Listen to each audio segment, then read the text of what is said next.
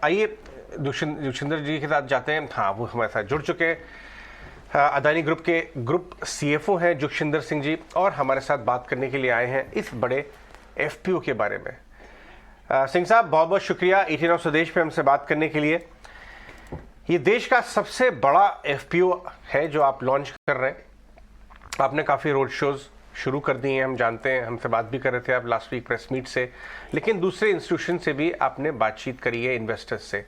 किस तरह का फीडबैक आपको मिल रहा है, किस तरह की बातचीत या अर्ली इंटरेस्ट जब आप अपनी कंपनी को शोकेस कर रहे हैं बड़े इन्वेस्टर्स से, किस तरह का फीडबैक आ रहा है? जी, ये इंडिया का सबसे बड़ा एफपीओ है। ये जो क्वेश्चन है, तो मैं इस क्वेश्चन को ठीक नहीं मानता हूँ। बिकॉज अगर आप इंडिया का हाउस होल्ड वेल्थ देखते हो तो वो $15 ट्रिलियन है। अब $15 ट्रिलियन हाउस होल्ड वेल्थ में अगर 20,000 करोड़ का आप एफपीओ कर रहे हो 2.5 बिलियन का, तो वो मेरे तो समझ में नहीं आता वो किस एंगल से बहुत बड़ा एफपीओ है वो। हाँ, ठीक है, एक कंपनी ने इतना एफपीओ नहीं किया है, वो अलग बात है। पर इंडिया की अगर आप हाउस होल्ड वेल्थ के नज़रिए से इसको देखते हो तो ये कोई बड़ा एफपीओ नहीं है, और हमें ये चाहिए भी नहीं। हमारा ये जो 2-2.5 बिलियन का एफपीओ, इंडिया का अगर मीडियम साइज एफपीओ 20, 25, 30 बिलियन का होना चाहिए अगर आप हमारा हाउस होल्ड वेल्थ देखते हो। तो पहले तो हमें अपना इंडिया की तरफ से जो अपनी एस्पिरेशंस हैं उसको हमें खुद ही नीचे नहीं करना चाहिए। तो ये कोई बड़ा एफपीओ नहीं। उसके बाद कोई इंस्टीट्यूशन की बात है। इंडियन रिटेल के पास $15 ट्रिलियन है। तो ये तो उनके लिए ये एफपीओ कोई बड़ी बात नहीं है, और इंडिया के लिए कोई बड़ी बात नहीं है। और उसके बाद ये एक एक्सपीरियंस इंक्यूबेटर से जा रहा है एफपीओ, जो जिसकी पिछले 25 साल की हिस्ट्री है। तो अगर हम अपनी हिस्ट्री के हिसाब से, जैसे वो सेइंग, इंग्लिश में सेइंग बोले जाता है कि हम we are only as good as our history, तो हमारी हिस्ट्री ये है कि हमने ऑलमोस्ट 32% ऊपर CAGR इन्वेस्टर्स को मिला जो AEL में इन्वेस्टेड थे। तो हर एंगल से ये एक नॉर्मल एफपीओ होना चाहिए, और नॉर्मल हमारे नज़रिए से नॉर्मल एफपीओ है, गिवन कि इंडिया के लोगों के पास एग्रीगेट हाउस होल्ड वेल्थ कितना है।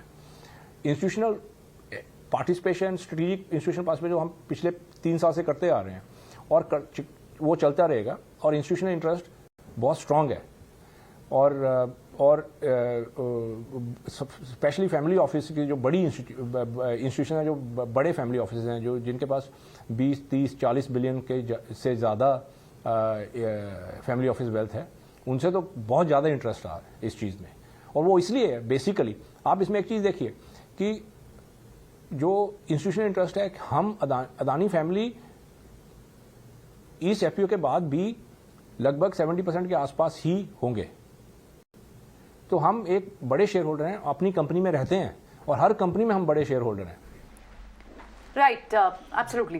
मिस्टर सिंह, क्योंकि आप ये जितना भी डिप्लॉय करने वाले हैं फंड्स जो रेज होंगे, वो green energy, airport business, road infra business, ये जो चाहे वो कैपेक्स का हो, चाहे डेट रिस्ट्रक्चरिंग हो, सो नियर टर्म प्लान में सेपरेटली लिस्टिंग किन किन कंपनीज की हो पाएगी? जी, पहला क्वेश्चन, हाँ जी, ये होगा। लेकिन जैसे मैंने पिछले साल भी बोला पब्लिक में, और मैं भी बोल रहा हूँ कि 2025 to 2028 के बीच में बिजनेसेस रेडी हो जाएंगी। और अब वो स्पेसिफिक जो डिसीजन होगा उस टाइम पे हम बोर्ड के हिसाब से, कंसल्टेशन के हिसाब से बोर्ड एक डायरेक्शन लेगा, और उस हिसाब से बोर्ड उस पर एक्सिक्यूट करेगा। और उसके लिए मैं वो डेट नहीं दे सकता हूँ कि वो बोर्ड का प्रेरोगेटिव है, और बोर्ड अपने हिसाब से काम करेगा। और नेक्स्ट ईयर में ऐसा कोई नहीं है कि एक साल में कोई हमारा इंक्यूबेशन बिजनेस में, हमारा कोर सेक्टर में इंक्यूबेशन है, इंफ्रास्ट्रक्चर में, या ट्रांसपोर्ट हुआ, या एनर्जी हुआ, तो वो एक साल में ऐसा कोई बिजनेस रेडी नहीं हो जाता है। ये बिजनेसेस ओवरऑल कैपेक्स के हिसाब से चलते हैं। तो मेरा वो टाइमिंग वही रहेगा जो मैंने पिछले साल मार्केट में बोला हुआ है कि 2025 to 2028 हमारे बिजनेस रेडी हो जाए। सिंह साहब, ये जो आप करीब 20,000 करोड़ रुपए की मनी एफपीओ से आएगी, उसके बाद के 4,000 करोड़ क्या आप डेट की रीपेमेंट पे उतारने वाले हैं? एक तो इसका क्लैरिफिकेशन दे दीजिएगा। दूसरा, जब ये उतर जाएगा तो अभी डेट की कितनी टोटल पोजीशन रह जाएगी, और आगे चल के इसको आप कैसे डील करेंगे? ओवरऑल एक तो दो, उसमें आपके क्वेश्चन में 3 है। एक तो एक पोर्टफोलियो लेवल पे तो अदानी ग्रुप का डी लेवरेजिंग चलता रहेगा, बिकॉज अदानी ग्रुप के कैश फ्लो जनरेशन इतना है कि वो कैश पूरा डिप्लॉय नहीं होता है, तो वो डीलेवरेजिंग चलता रहेगा। अदानी एंटरप्राइज के लिए, अदानी एंटरप्राइज अगर स्टैंड लोन पे आप उसको देखते हो तो उसके पास वैसे ही debt one time cash flow से कम है, तो वो वैसे ही रहेगा। जो जिस डेट का आप बात कर रहे हो वो डेट जो अदानी एंटरप्राइज ने शेयर होल्डर लोन दिया हुआ है कंपनी को, जो इंक्यूबेट कर रहे हैं, वो पैसा वापस अदानी एंटरप्राइज को मिलेगा और वो वही पैसा अदानी एंटरप्राइज दूसरे बिजनेस में डाल देगी एज अ लोन।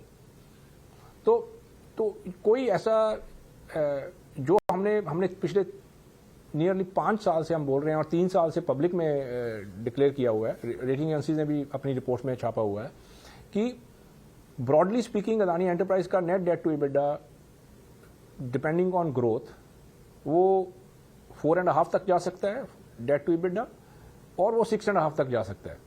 अगर हम फास्ट ग्रोथ फेज में हैं तो वो 6 तक चला जाएगा। अगर हम नॉर्मल ग्रोथ फेज में वो 5.2 के आसपास रहेगा। अगर हम ग्रोथ थोड़ा कम है तो वो 4.5 पे आ जाएगा।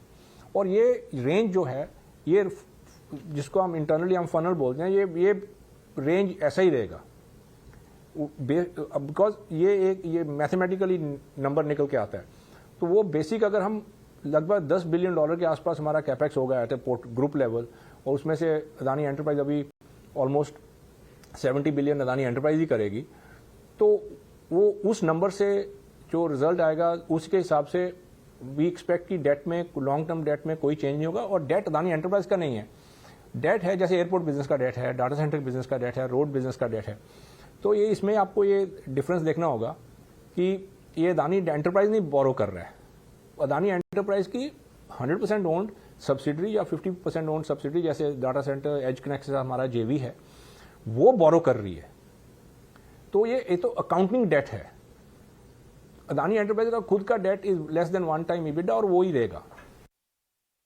सिंह साहब, ये बताइए कि as a group CFO Adani group के कोई और एफपीओज भी क्या आपके रेडार पे है आगे आने वाले समय में, या अभी पूरा फोकस इधर ही है?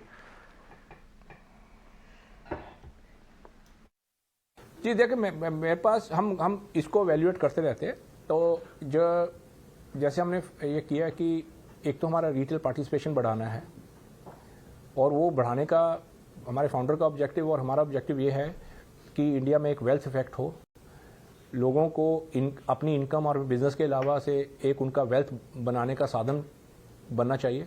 तो उसके लिए ये जो हम बैलेंस शीट एक्सपेंशन या शेयर होल्डर रजिस्टर एक्सपेंशन करेंगे वो करते रहेंगे।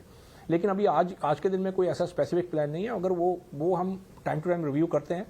जब मैं सीईओ सीएफओ जो बिजनेस के उनके साथ बैठूंगा तो वो रिव्यू में आएगा, तो हम करेंगे। हमने जैसे पिछले 3 साल में almost $16 billion equity, strategic equity raise की है। तो ये हमारा प्रोग्राम 2030 तक ऐसे ही चलता रहेगा।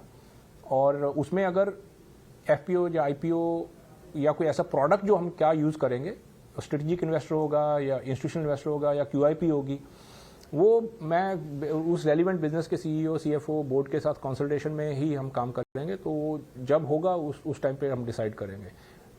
बट ओवरऑल हमारा जो एक्विटी प्लान है वो कंसिस्टेंट है कि किसी भी बिजनेस, अदानी ग्रुप का कोई बिजनेस, कोई भी किसी भी अदानी ग्रुप की कंपनी जो अदानी ग्रुप का ब्रांड है, वो ब्रांड का बिजनेस, उसका कैपिटल स्ट्रक्चर रिस्क के बेसिस पे होगा।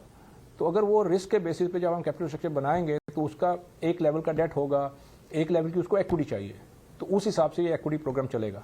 तो अभी वो नंबर क्या होगा और किस कंपनी से होगा, वो मैं आज उस पर कोई स्पेसिफिक प्लान नहीं है। ऑल राइट सिंह साहब, बहुत बहुत शुक्रिया आज हमसे बात करने के लिए और इस एफपीओ और कंपनी के बारे में अपडेट्स देने के लिए। स्टॉक में थोड़ा प्रेशर है और वो स्वाभाविक है, क्योंकि जो प्राइस है जिस पे एफपीओ आ रहा है वो करीब 3275 रुपये के आसपास है। लेकिन बहुत ज़्यादा ऑफ द क्लिफ नहीं है, 10-15 रुपये का प्रेशर है। काफ़ी देर से ये स्टॉक नीचे से रखता हुआ आ रहा है, कुछ शॉर्टिंग भी हो रही है, लेकिन मेरे को लगता है इस हफ्ते ये स्टेबलाइज कर जाएगा बिकॉज एफपीओ हो चुका होगा। आगे चलते हैं।